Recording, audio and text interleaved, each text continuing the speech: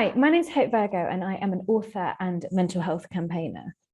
I basically spend my time kind of traveling all over the place, doing a lot of work with schools, corporates, and hospitals, and then also do a lot of work with the government, particularly on issues around eating disorders, but also looking a little bit more broadly at that kind of whole spectrum of mental health, really getting people to understand about managing their own well-being, but also making sure that when people do reach out for support, that actually the right support is in place for them as well. So today we're going to be looking at self-esteem. Self-esteem is obviously something that every single person has, and throughout life things will happen and maybe words will be said to us, or we'll have feelings around ourselves that will impact whether we have positive or negative self-esteem. So self-esteem is how we value and perceive ourselves. It's based on our opinions and beliefs about ourselves, which can sometimes feel really, really difficult to change. I'm sure I'm not the only person who's maybe had those moments in life where your self-esteem feels really, really low and really challenging to think about. And you're kind of trying to work out like what's caused that, how it's going, how are you going to ever get to that space where it feels okay again, where maybe things will feel fine. But I really, really want you kind of off the back of the session today to just know that actually you can get to that space where actually your self-esteem can be in a really positive space. It isn't just something that happens to certain people who look a certain type of, like look a certain way, or those people who maybe we categorize in this kind of really strong category, or people who are really together. But I believe that every single person can get to that space where actually their self-esteem can feel really, really positive, but also really manageable. And you're able to accept yourself as you are. So thinking back over your own lives, I want you to think about what has impacted your own self-esteem. Maybe thinking about creating a bit of a timeline of events, thinking about those times that maybe you began to question what you looked like, or whether you were good enough, or whether you were good at school, or whether someone said something to you. Have a bit of a think about that. There are so many things at play when it comes to our self-esteem, and things that can have that huge impact. For starters, we know that being bullied or abused can have those impacts. When I was growing up, I was sexually abused for around 8-9 months. And when it finished, I was just so unable to process what had happened. But on top of that, I was left with these feelings that there was something categorically wrong with who I was. And this is why that had happened. That abuse meant that my self-esteem pretty much plummeted. And I did everything I could to try and give myself that quick fix, to try and make myself feel okay. For me, that came out in the form of food restriction and obsessive exercise. And I ended up over kind of like this 4-year period developing anorexia. But you don't have to be bullied or go through abuse to have those kind of negative impacts on our self-esteem. It could be that you've experienced some sort of discrimination or prejudice or stigma. And maybe you're sitting with those feelings that there's something wrong with you, something wrong with who you are, and that then impacts our self-esteem extremely negatively. And you're trying to change that. Other factors at play could be things to do with stress, so maybe how you're getting on at school or college, maybe that stress from that day-to-day stuff, maybe even the stress of the pandemic. Physical or mental health problems also kind of interplay and definitely contribute in certain factors. You have the link between self-esteem and body image, but also again, linking that into social media too. Actually, how does our body image interplay with our relationship with social media, and then consequently our relationship with ourselves? Are we feeling like we don't fit in, or we don't look the way that we're supposed to look, or we don't fit into that kind of modern societal ideal that we're so often plastered with and told we have to fit into? And again, all of these things can have this hugely negative impact on our self-esteem if we're not surrounding ourselves with the right people, or they're looking at the right things. We've got that constant comparisons and kind of self-judgment. And the reality is when we compare ourselves to other people, we always end up in a much worse off position. I know that I do it. I can spend hours scrolling on things like social media, and I'm in that kind of comparison trap. But even when I'm like walking down the street maybe, or I'm out with my friends, maybe I kind of compare a little bit. And before I know it, again, I'm kind of in that kind of self-critical space. We have that kind of narrative, don't we, that we tell ourselves, that kind of constant body talk, but also the body checking. And I think, again, with the pandemic, this has probably got slightly worse. We're spending time on things like video calls a lot of the time. And I know for me, kind of doing a lot of my workshops online, and I can spend the entire session like talking to you guys and like engaging, obviously, but then at the same time, like we'll be kind of occasionally looking at my face, kind of judging myself, thinking, does my hair sit right? Should I have maybe put contact lenses in today? Maybe I should have put a little bit more makeup on, or maybe picked a different color jumper, or, and before you know it, you're down like this kind of trap. And I think, again, like in so many situations, we see that then kind of that body talk and that narrative starts to create in our head, and maybe then links back to that comparison. You're on a screen with all your other kind of friends, and you're kind of comparing their face structure to your face structure. And it can feel really, really difficult and really, really hard to navigate in that situation. We've also got that kind of body checking, which often follows on from the body talk. And I know, again, that with body image particularly, it's a projection of our feelings and our emotions. But often when we're feeling uncomfortable, we start to kind of project it onto our bodies. Maybe we kind of lift up our jumper every now and again and kind of start to body check, start to kind of see, oh, actually, does that feel right? Do I feel the same today? Does this feel different? And I know for me, actually, in the pandemic, I went through this kind of phase where I was just body checking pretty much all the time. It was probably over, I don't know, a 6 week to 8 week period. And I had this rash, and I felt so self-conscious that my way of dealing with it was to be body checking. But I didn't know then what to really do with a lot of that emotion and a lot of that fear around it. So actually, every time then I started to kind of be tempted to body check, whether it was sitting down at the table and kind of, or going into the bedroom, kind of looking in the mirror, I would instead go and make myself like a cup of tea or get a glass of water, and getting to that space where I then wasn't as kind of tempted and as desperate to be body checking all the time. Because again, when we body check, we always make ourselves feel so much worse. And then again, that kind of just modern societal ideals, which we've kind of touched on slightly with the social media, with the body image. But that modern societal ideals often play into those feelings, don't they? Where we feel like there's something so wrong with us and we're not fitting up to society's expectations, and putting that pressure on ourselves on that day-to-day basis can feel really, really challenging and leave us with all of those feelings that there is something the matter with us. Just quickly, kind of looking specifically at the kind of relationship between body image and self-esteem, because I do think it is very, very connected in kind of so many ways. But remember what I said about body image being this kind of projection of our feelings and our emotions onto our bodies. Often when we look in the mirror and we say things like, I feel really heavy today, we know that heavy isn't really a feeling. So it's like, what is actually going on? What is having that impact on us kind of internally? Is it anger? Is it guilt? Is it frustration? Is it that we're in the middle of an argument with someone, or that we're feeling really uncertain? Or are we still trying to get some of our self-worth, some of that worth that we need for our self-esteem from our bodies? We need to remember that there is so much more to us than our bodies. And actually, we need to find a way to kind of really interrupt a lot of that thinking when it comes to that kind of linkage between body image and self-esteem as well. A big question that I always have for people is, what narrative are you currently telling yourself? I think, again, that kind of internal tape player that can so often start off. We're lying in bed in the evening, aren't we? And we've had a bit of a bad day, and we kind of reflect on the day, not feeling great about it, kind of maybe slightly anxious, maybe there's been stuff going on. And then before you know it, you're like 6 years back into your life, and you're in a kind of the grips of this conversation that you had with someone. Then you go back a couple more years maybe, and there's a comment that someone made in the playground.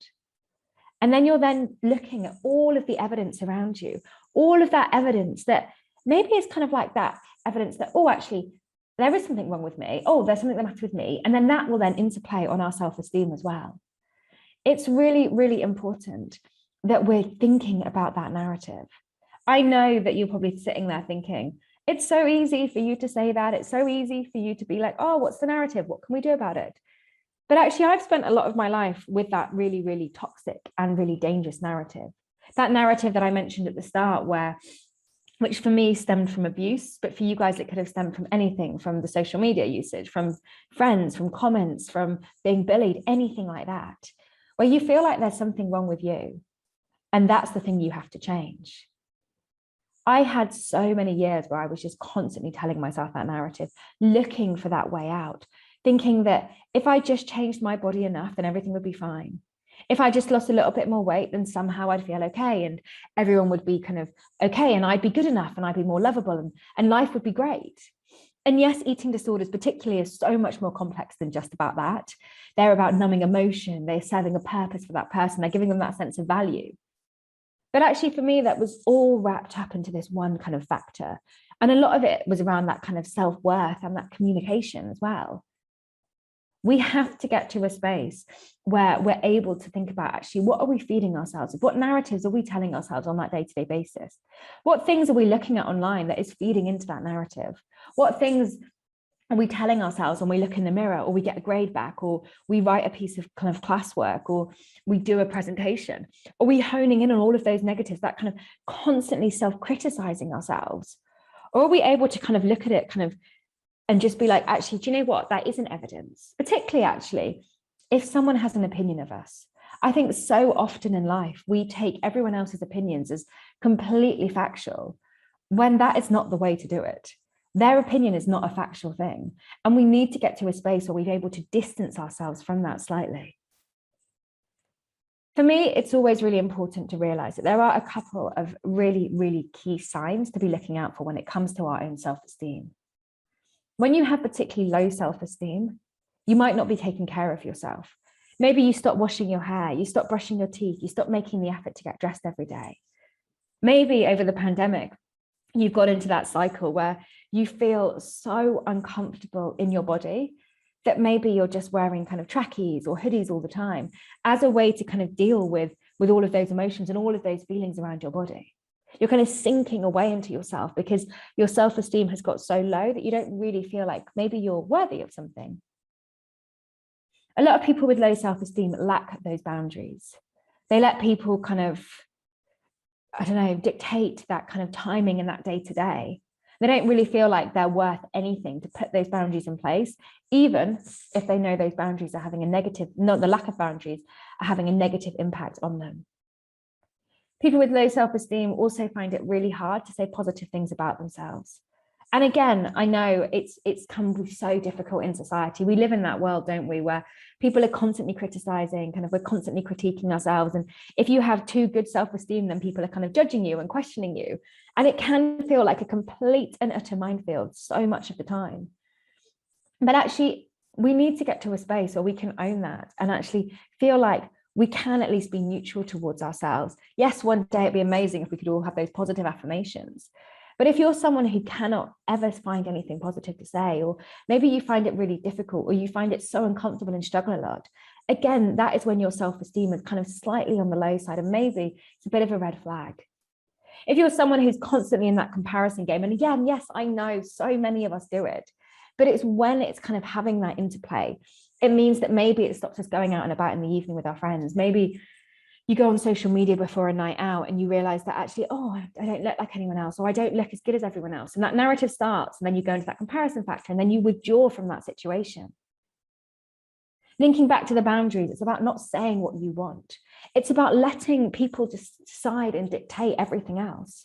You are worth so much more than that. And when we get to a space where we feel more comfortable in our self-esteem, and our self-esteem raises and our self-worth raises, then again, you can get to that space where actually you start saying what you need in that moment.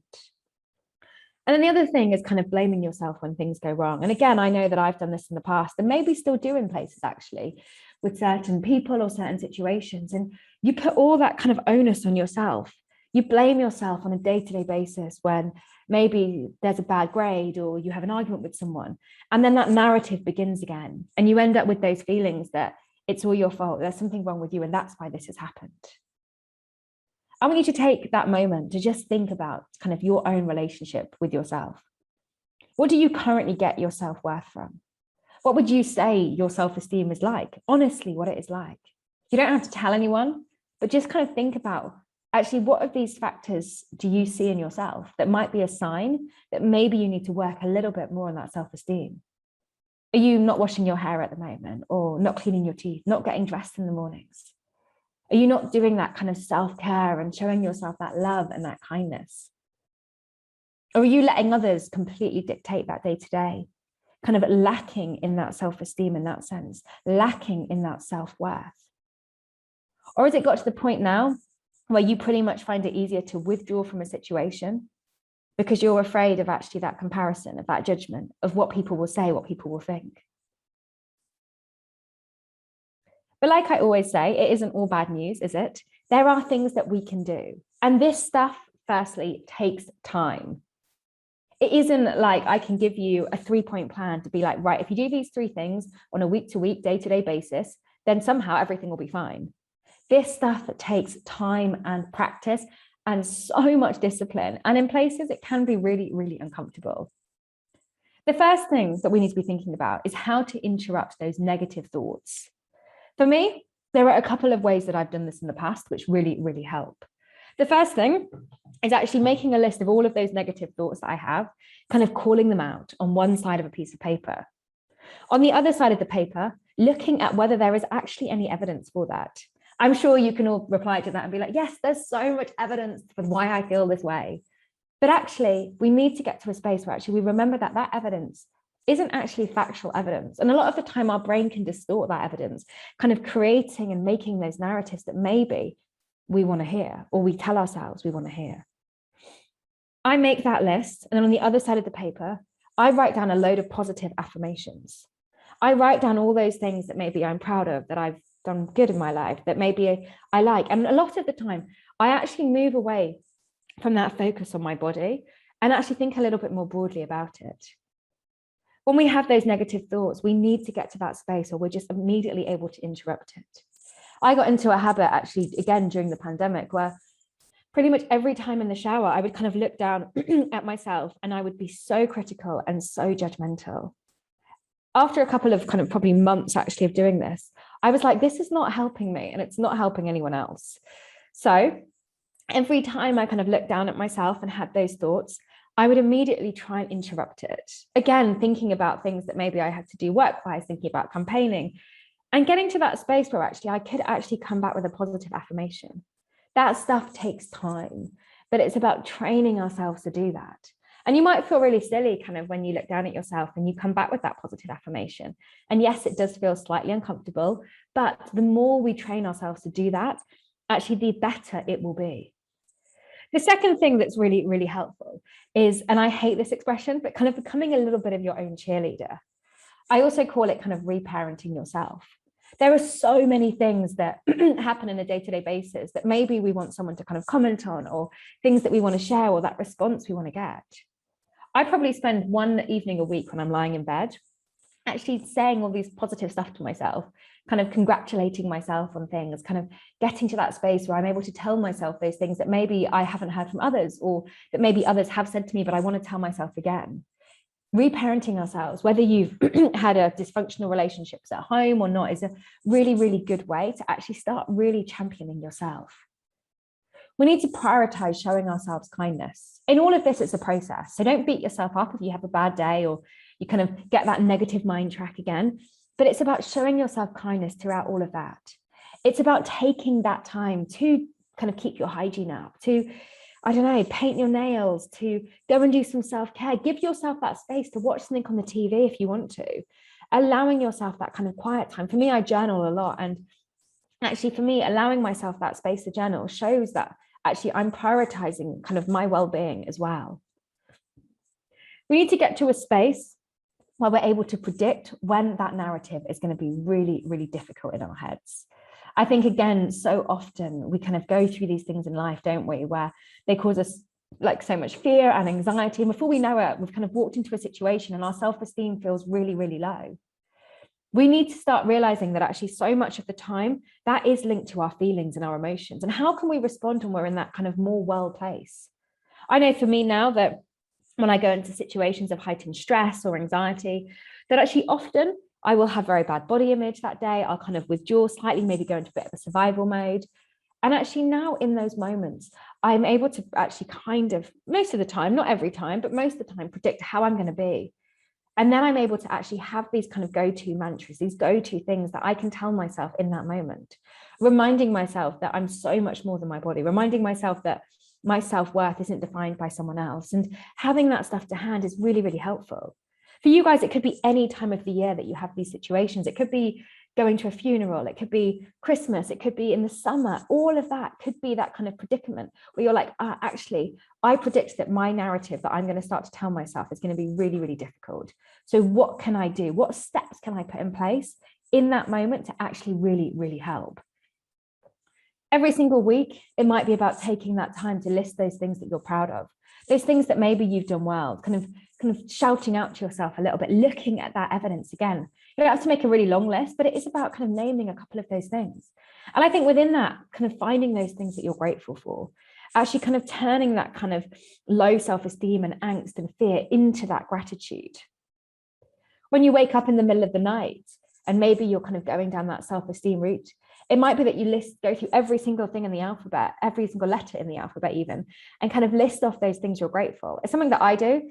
I don't not often get to Z. I don't think I've ever got that far. I normally fall back to sleep, but it helps to kind of interrupt that kind of self-esteem, like low self-esteem narrative that we often tell ourselves. It's about diversifying what we're looking at. Yes, not just on social media, but in the media generally, kind of making sure that we're looking at a huge range of content, but also things that really inspire us. We need to stop looking and following people based on what they look like, but actually do it based on what they're doing with their lives. Like those people that maybe, yeah, like I said, inspire you. You need to remember that actually when you walk into a room, no one is judging what you look like. No one is judging kind of your past history. They just want to see you a lot of the time. And reminding yourself of those sort of things can be really, really helpful. And then the final thing is to just surround yourself with the right people. I think, again, so much of the time when we have low self-esteem, we lack those boundaries, don't we? And we spend time with people who maybe stress us out or cause us that anxiety. But it's about surrounding yourself with people that make you glow. You will have those people in mind. I have them in my mind. People that when I see them, I come back and I'm like, loving life and I'm feeling really good. And yes, they challenge me and in places they might call me out on stuff. But it is about creating kind of that space where you've got those people in your lives as well, knowing that you are so worth that too. If you leave a social situation and you feel down, you feel unhappy, your self-esteem is starting to plummet again, that's a red sign that maybe you're not kind of surrounding yourself with the right sorts of people. And again, it can be challenging, particularly if you've been friends with people for a while. But it's about creating that space that really, really works for you. And if you have to go into that situation, which sometimes we do, having all of this backup stuff available, having the mantras, having that space to show yourself kindness, predicting the narrative, kind of knowing your self-worth within that. And it, like I said, it takes time, but it does get easier the more we work on this sort of stuff. So if anything has come up for you today, anything that maybe has caused you to kind of question your own relationship with your self-esteem, maybe you feel like, and I know there's been a lot of information shared, you're like, oh, I don't know where to start, I don't know where to go. Again, kind of taking that time to maybe list off a couple of things that you can do to really start that process. Maybe start by making that list of all of those kind of negative thoughts you have. And on the other side, making that positive list. Take that time to really start valuing yourself. And I guarantee that you will start to see all of the kind of positive effects of that as well. And if you want to find out a little bit more information about kind of self-esteem, our self-worth, our body image, again, looking at organizations like The Mix, where there is so many amazing resources, kind of Q&As, chat functions, things like that. But if it has hit home with you today and you're kind of like, do you know what, this is having such a huge detrimental impact on my life. Maybe it's affecting your food, your exercise, maybe it's affecting your social life or what you do on a day-to-day basis. I would really, really encourage you to use this as a bit of an opportunity to actually reach out for that support. So maybe have a little bit of a think about actually what is going on.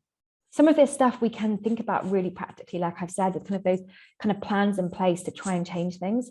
But sometimes we have to get to the nitty gritty of it. And I know for me, the only way that I could really heal from a lot of this stuff was to go through therapy and have kind of years and years of that kind of intense therapy, trying to kind of unpack it, trying to gain that kind of self-worth that I really, really deserved.